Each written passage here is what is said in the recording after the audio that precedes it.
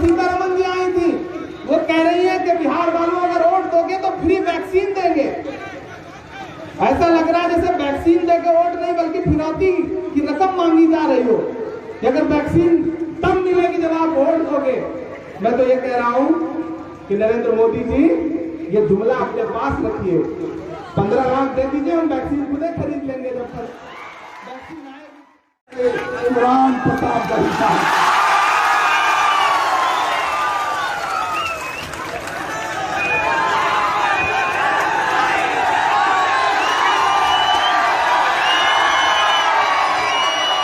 सलाम करता हूं भागलपुर की सरजमीन को।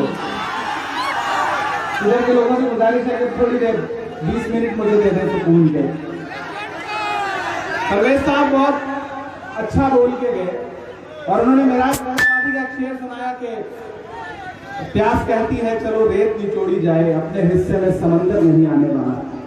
लेकिन परवेज भाई मैं तो ये कहता हूं कि सितम की हद से गुजर कर तलाश करती है, सितम की हद से गुजर कर तलाश करती है।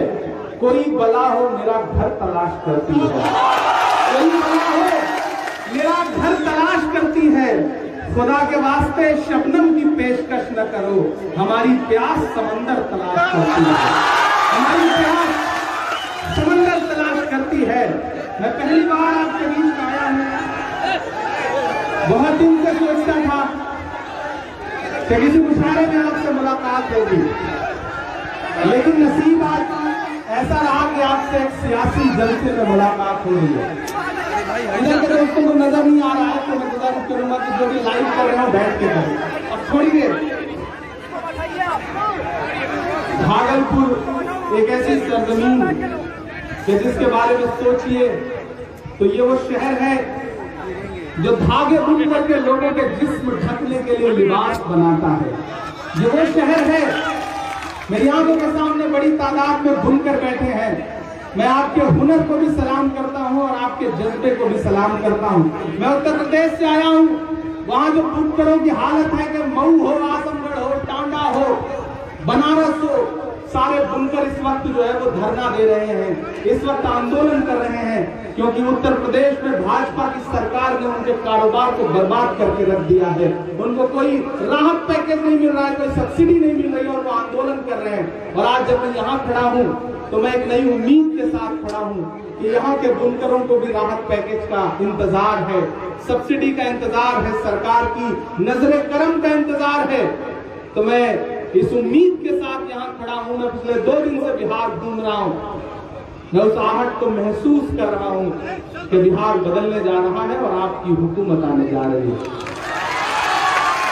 और ये जो अजीत साहब हैं, 2 बार के विधायक हैं, पीछे से अजीत भाई कह रहे हैं शर्मा भी लगा दीजिए। मैंने कहा ये लोग नहीं मानते आपको तो क्या किया जाए, ये सिर्फ अजीत भाई ही मानते हैं। अजीत शर्मा जी, इनका जो जोश है वो जोश बता रहा है कि आप हैट्रिक मारने जा रहे हैं।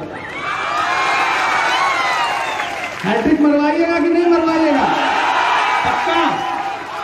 दायरे में सिमट के आएगा,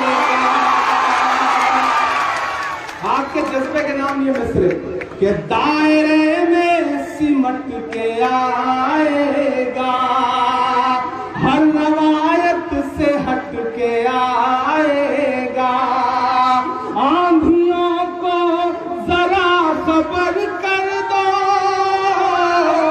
आंधियों को जरा खबर कर दो, शेर वापस पलट के वापस पलट के आएगा।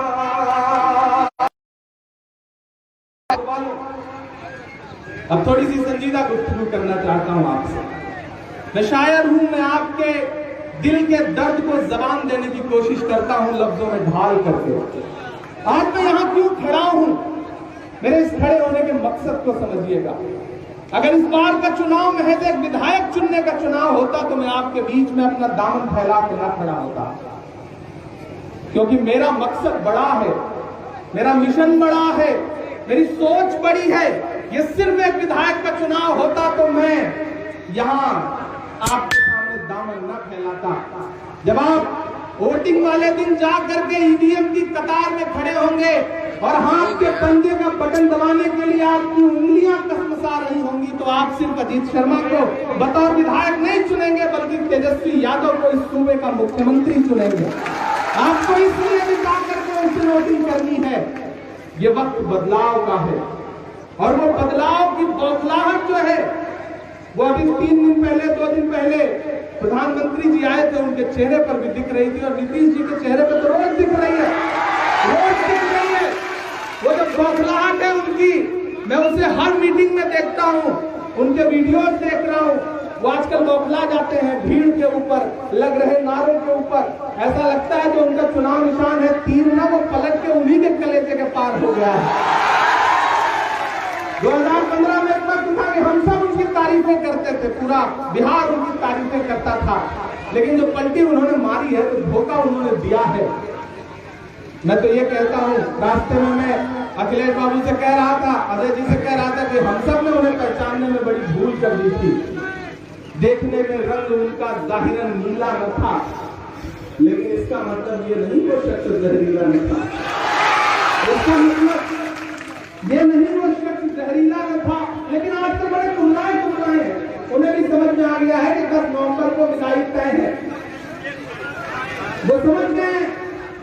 इसीलिए जो उनके चेहरे में पीलापन है वो बता रहा है कि बिहार में एक नई इबारत लिखी है।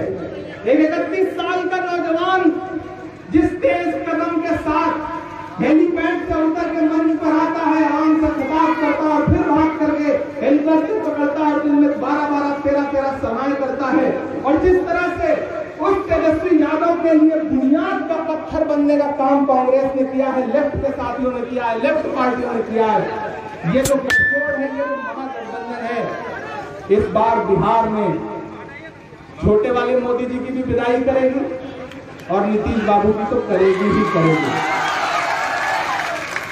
मैं आपसे ये गुजारिश करने आया, मैंने कहा ना मेरा मकसद बहुत बड़ा है, मेरे इरादे बहुत बड़े हैं।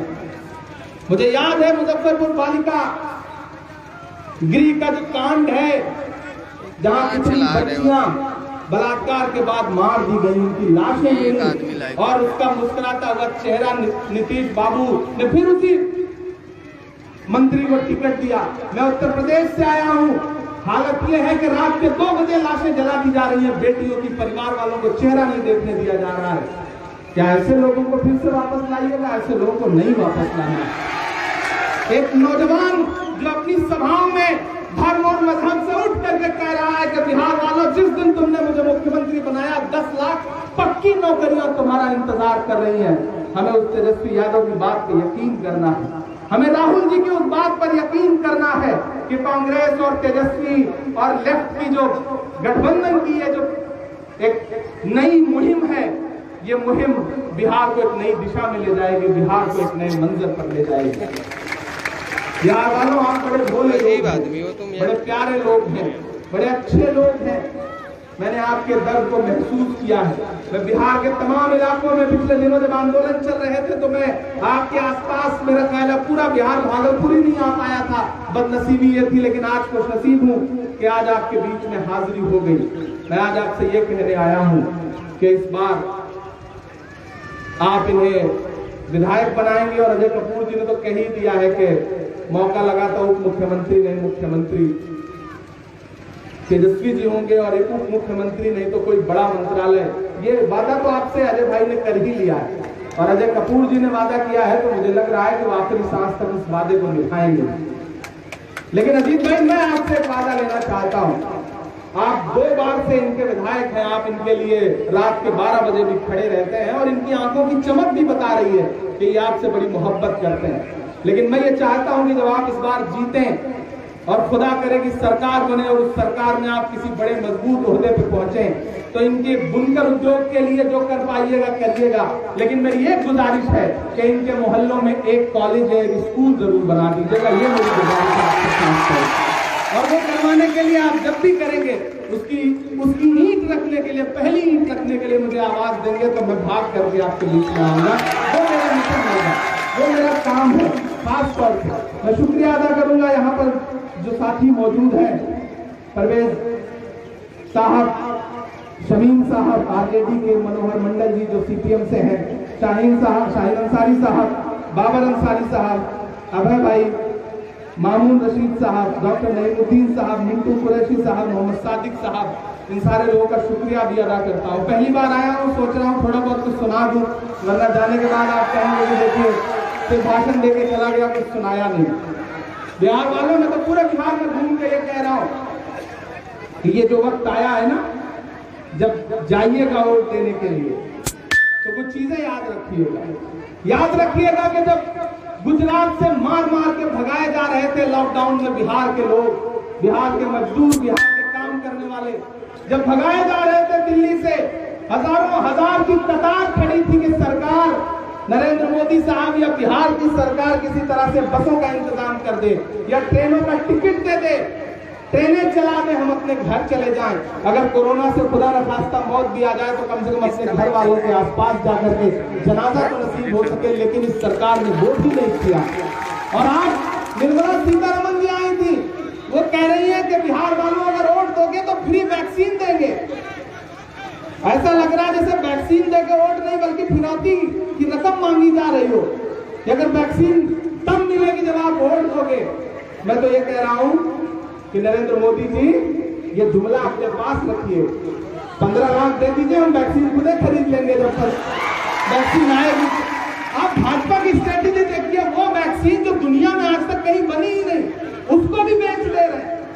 रेलवे बेचने के कगार पे आ गए, BSNL बेच दिया, जीवन बीमा, LIC बेच दे रहे हैं, सब बेच दे रहे हैं। और अब एक ऐसा ख्वाब बेच रहे हैं जिसकी दुनिया में कोई ताबीर ही नहीं है। लेकिन ये भाजपा का ट्रेडिशनल काम है। तब मैं आपके बीच में खड़ा हूं और आपसे गुजारिश कर रहा हूं, आप तपती दोपहरी में मेरी आंखों के सामने पसीने पसीने होकर खड़े हैं, आप पूरे फंस गए हैं, मतलब बहुत ही बुरे फंस गए हैं, ये समझ लीजिए। मोदी जी ने भी उनको निपटाने का पूरा प्रोग्राम बना लिया। आप उसको इस तरह समझिए कि चिराग बाबू आजकल घूम घूम कहते हैं, चिराग पासवान जी, कि मैं मोदी जी का हनुमान हूं। मेरा सीना फाड़ के देखोगे तो मोदी जी की तस्वीर निकलेगी। अब आप अंदाजा लगाइए कि अगर चिराग पासवान जी हनुमान है तो मोदी जी ने अपने हनुमान को भेजा किस लिए है? नीतीश जी की लंका में आग लगाने के लिए। और बुरी तरह से बन गए नीतीश बाबू, ना उनसे निगलते बन रहा है ना उगलते बन रहा है। उसी मौसलाहट में कभी लालू जी का नाम आप सामने से सुनते हैं तो उछल जाते हैं, कभी कल तो किसी सभा में बहुत लगभग अपशब्द बोला उन्होंने। ये उनकी भाषा नहीं थी, ये उनका तेवर नहीं था, ये उनका मिजाज नहीं था। लेकिन अब मुझे समझ में आ रहा है, जब आदमी बौखलाता है तो फिर वो मुख्यमंत्री का प्रधानमंत्री भी हो तो उसकी जबान फिसलती ही रहती है। मैं समझ रहा हूँ वो बेचारे क्यों परेशान है। उनकी परेशानी ये है कि 9 नवंबर को लालू यादव जी की जमानत होगी और 10 नवंबर को बिहार में महागठबंधन का मुख्यमंत्री बनेगा। अगर आपने समझदारी दिखाई तो, और मुझे पूरा यकीन है कि आप समझदारी दिखाएंगे। भागलपुर वालों, मैं आपसे यहाँ इसलिए भी इतनी गुफ्तगू कर रहा हूँ क्योंकि यहाँ से जो आवाज उठती है वो पूरे बिहार में जाती है, वो पूरे बिहार के लोगों का मिजाज बनाती है, रुख तय करती है। मैं इसलिए भी आपसे गुफ्तगू कर रहा हूँ। हो सकता है बहुत सारे लोग कहते हैं भागलपुर को लेकर के माजी के बड़े जख्म हैं हमारे दिलों में, मेरे भी दिल में है। लेकिन मैं पूरी जिम्मेदारी से एक पढ़ा लिखा नौजवान, आपकी नुमाइंदगी करने वाला नौजवान यहाँ खड़ा होकर ये कहता है, पूरे बिहार के लोगों से ये कहता है, पूरे मुल्क के लोगों से ये कहता है कि हम माजी के जख्मों को कुरेद करके आने वाला मुस्तकबिल बर्बाद नहीं कर सकते हैं। हमें आने वाला मुस्तकबिल बनाना है। हम चाहते हैं कि आने वाले दिनों में पटना की गद्दी से लेकर के दिल्ली की गद्दी तक पर ऐसे लोग बैठे हैं कि ऐसी फदाएं हमवार हो, ऐसा माहौल बने कि हमारे आने वाली नस्लों को उस माहौल में सांस लेने में तकलीफ न हो। मैं ऐसे मुस्तकबिल का साथ देख रहा हूँ। मैं इसलिए आपसे गुफ्तगू करने के लिए आया हुआ हूँ। बिहार वालों, भागलपुर वालों, एक नज़्म सुनाता हूँ आपको। इस हुकूमत ने जो कुछ किया है पिछले लॉकडाउन में, हमें करें कि बहुत पीछे मत जाइए। पिछले 3, 4, 5 महीने में इस हुकूमत ने, पटना की हुकूमत ने और दिल्ली की हुकूमत ने जो आपके साथ किया है, बस उसे ध्यान में रख करके वोट डालिएगा। मैं नज़्म पढ़ता हूँ कि हुकूमत तेरे सारे जुल्मों सितम, है हुकूमत तेरे सारे जुल्मों सितम याद रखेंगे हम, याद रखेंगे हम। लॉकडाउन के वो जानलेवा करम, जिन्होंने मास्क फ्री नहीं दिया वो कह रहे हैं वैक्सीन फ्री देंगे।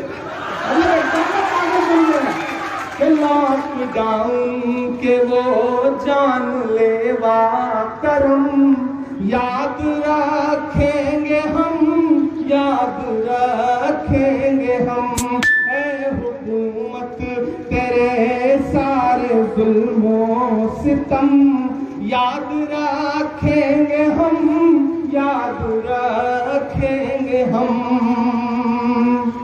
अपने माँ बाप घर बार से दूर थे, वो मंजर याद करिएगा कि 1200 किलोमीटर पैदल चल के आए बिहार के लोग। बच्चियां साइकिल चला करके आई, लेकिन ये पटना की गद्दी पे बैठे हुए बेहिस इंसान की आंखों में शर्म का एक कतरा तक नहीं आया। तब मैं ये मिसरे पढ़ता हूँ, मेरे गुस्से के साथ अपना गुस्सा मिलाइएगा कि अपने घर बार माँ बाप से दूर थे, जुर्म ये था बिहारी थे मजदूर थे, जुर्म ये था बिहारी थे मजदूर थे। पेट खाली था भूख से चूर थे, पेट खाली था भूख से चूर थे। फिर भी पैदल ही चलने को मजबूर थे।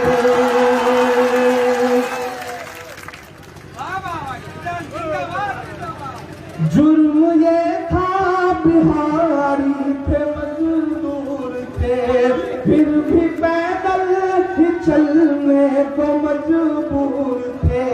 आंख में बेबसी और पलकें थी नम याद रखेंगे हम, याद रखेंगे हम। ऐ हुकूमत तेरे सारे जुल्मों सितम याद रखेंगे हम, याद रखेंगे हम। किसी ने हमसे कहा इमरान बिहार क्यों जा रहे हैं आप, क्यों खड़े हैं आप कांग्रेस के साथ, आप तो शायर हैं। मैंने कहा हाँ मैं शायर हूं, लेकिन जब मैं हाथरस की बिटिया के लिए पैदल कई किलोमीटर चलकर जाते हुए राहुल गांधी और प्रियंका गांधी के साथ उस धूप में तपती दोपहरी में जाता हूं, तो मुझे लगता है कि मैं सही इंसान के साथ खड़ा। मुझे लगता है कि जब हमारे खिलाफ कानून पास हो रहे थे, पुलिस की लाठियां बरस रही थी, गोलियां बरस रही थी, तो राजघाट पर 3 डिग्री टेम्परेचर में राहुल गांधी बैठे थे, प्रियंका गांधी जी बैठी थी, मनमोहन सिंह जी बैठे थे, सोनिया गांधी जी बैठी थी। मैं बैठा था उनके साथ उस कड़कती ठंड में। हमारे लिए खड़ी थी प्रियंका गांधी रात के 10 बजे इंडिया गेट पर, हमारे लिए खड़े थे जंतर मंतर पर राहुल गांधी, हमारे लिए खड़े थे। इसलिए मैं उनके साथ खड़ा हूं, क्योंकि मेरा फर्ज है कि मैं लोगों के बीच में जाऊं, उन्हें बेदार करूं, अपनी जिम्मेदारियां समझते हुए लोगों को ये बताऊं और लोगों से ये कहूं कि 15 सालों का बदला लिया जाएगा। और जोश के साथ बताइए, मैं चाहता हूं कि बिहार की फजाओं में आज जो भागलपुर से आवाज जाए, वो पूरे बिहार में जो थोड़ी बहुत कोर कसर रही हो उसे भी बराबर कर दे। मैं मिसरे पढ़ता हूं कि 15 सालों का बदला लिया जाएगा, सब सवालों का बदला लिया, सब सवालों का बदला लिया जाएगा। चलते चलते जो थे पाँव में पड़ गए, चलते चलते जो थे पाँव में पड़ गए, ऐसे छालों का बदला लिया जाएगा। नीतीश बाबू देखना तोड़ देंगे तुम्हारा भरम, याद रखेंगे हम, याद रखेंगे हम। ऐ हुकूमत तेरे सारे जुल्मों सितम याद रखेंगे हम, याद रखेंगे हम। पिछली 2 बार से आप जिताते आ रहे हैं अजीत भाई को, लेकिन इस बार मैं आपके कंधों पे और जिम्मेदारी डाल के जा रहा हूं। वो जिम्मेदारी ये है कि आपसे 2 शिकायतें हैं मेरी। पहली है कि सुबह जब चाय की दुकान पे बैठते हैं तो पटना की हुकूमत चाय पीते पीते गिरा भी देते हैं और बना भी देते हैं, और फिर शाम को जब कहीं बैठ के चुपचाप बिरयानी खा रहे होते हैं तो दिल्ली वाली पलट देते हैं और दूसरी बना देते हैं। लेकिन जब रोड डालने जाना होता है आपको लगता है कि यार कौन जाए, अजीत भाई तो जीत ही रहे हैं, कौन जाए, 1 वोट से क्या हो जाएगा। नहीं, अपने 1 वोट की अहमियत समझो, अपने 1 वोट की ताकत समझो। तुम्हारे हाथ में जो 1 वोट की ताकत है, वो ताकत इतनी बड़ी ताकत है कि उसको इस तरह समझना कि जब खाने काबा को ठहाने के लिए अबरहा आया था हाथियों पर बैठ करके, तो पूरे अहले मक्का परेशान थे कि इसका क्या होगा, इसका कैसे मुकाबला होगा। तो आसमान में, मेरी बात सुनना, तो आसमान में अबरहा के झुंड को देखने के बाद अबाबीलें नजर आई थी, और उन अबाबीलों के पंजों में छोटे छोटे कंकर थे, और वो जब कंकर बरसे हैं तो अबरहा का झुंड कहां उड़ गया पता नहीं चला। तुम्हारे हाथ में जो एक ईवीएम का बटन दबाने की ताकत है, दरअसल अबाबील के पंजों में दबे हुए उसी एक कंकर की तरह है। निकलो, उससे इस्तेमाल करना है, उसका इस्तेमाल करो, और अब तक जितने वोट से जिताया है उसके दुगना वोट से जिताओ। ये मैं वादा करता हूं अजीत भाई की तरफ से, चाहे इनका हाथ पकड़ के करवाना पड़े, चाहे इनका दामन पकड़ के करवाना पड़े, मैं कोशिश करूंगा कि आपके लिए जो कर सकें करें, लेकिन कम से कम तालीमी बेदारी के लिए खास तौर पे काम करें। उसमें मैं आपकी मदद भी करूंगा और आपके साथ खड़ा नजर भी आऊंगा। और आखिर में आपसे ये कह के विदा लेता हूं, क्योंकि अगली सभा के लिए निकलना है, कि एक वादे को निभाने के लिए वोट करो। बहुत संजीदगी से सुनना मेरी इस बात, एक वोट भी बर्बाद नहीं करना। यहाँ तमाम अहले इल्म लोग बैठे हैं, तमाम अदबी लोग बैठे हैं, मैं इन सब से गुजारिश करते हुए कह रहा हूँ कि एक वादे को निभाने के लिए वोट करो, अपनी दस्तार बचाने के लिए वोट करो, अब तक सबको जिताने के लिए वोट किया, आपकी कातिल को हराने के लिए वोट करो, आपके कातिल को हराने के लिए वोट करो। और भागलपुर वालों, आज से अजीत भाई अकेले चुनाव नहीं लड़ेंगे, आज से एक एक बच्चे को अजीत शर्मा बन के चुनाव लड़ना। फैल जाइए अपने मोहल्लों में, फैल जाइए इलाकों में, सोशल मीडिया चलाते हैं तो उस पर प्रचार करिए, रिश्तेदारों को फोन करिए, उनसे कहिए कि ये लड़ाई सिर्फ एक विधायक चुनने की नहीं है, मुख्यमंत्री चुनने की है। एक 31 साल के नौजवान को मुख्यमंत्री बनाना है, और उसके लिए डरिएगा मत, क्योंकि हम डरने वाले लोग नहीं हैं। के वक्त के हाकिमों बादशाहों सुनो, जुल्म की फौज के सरबराहों सुनो, कातिलों के सभी खैर खाहों सुनो, ऐ सियासत के मगरूर शाहों सुनो, के मत समझना डराने से डर जाएंगे, अब के सारी हदों से गुजर जाएंगे, मौत के नाम का खौफ देता है क्यों, मौत जिस रोज आएगी मर जाएंगे। और आप वो लोग हैं जो मैंने कहा ना, धागों से लिबास बुनते हैं, धागों से कपड़े बुनते हैं। मैं आपके नाम आखिरी 4 मिसरे पढ़ के आपसे विदा लेता हूं, मेरा दामन भर दीजिएगा दुआओं से, कि हमने ज़मज़म दिया, आबे गंगा दिया। मैंने कहा ना, ये विचारधाराओं की लड़ाई है, ये तय करने की लड़ाई है, ये चुनाव ये तय करेगा कि दिल्ली से लेकर पटना तक की गद्दी पे बाबा साहब भीमराव अम्बेडकर और मौलाना आजाद ने जो ख्वाब देखा था उसकी ताबीर वाले लोग बैठेंगे। या जो संविधान को कुचलना चाहते हैं वो लोग बैठेंगे। तब इमरान ये मिसरे पढ़ता है कि हमने ज़मज़म दिया, आबे गंगा दिया, तुमने भारत को दंगा ही दंगा दिया। हमने एक रंग के, तुमने एक रंग के ख्वाब देखे मगर।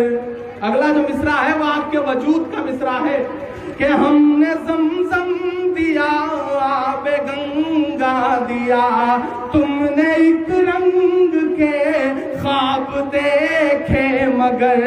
हमने हिंदुस्तान को तिरंगा दिया, ये तिरंगा बदन पर लपेटे हुए, ये तिरंगा बदन पर लपेटे हुए एक दिन इस जमीन में उतर जाएंगे। मत समझना डराने से डर जाएंगे, अब के सारी हदों से गुजर जाएंगे।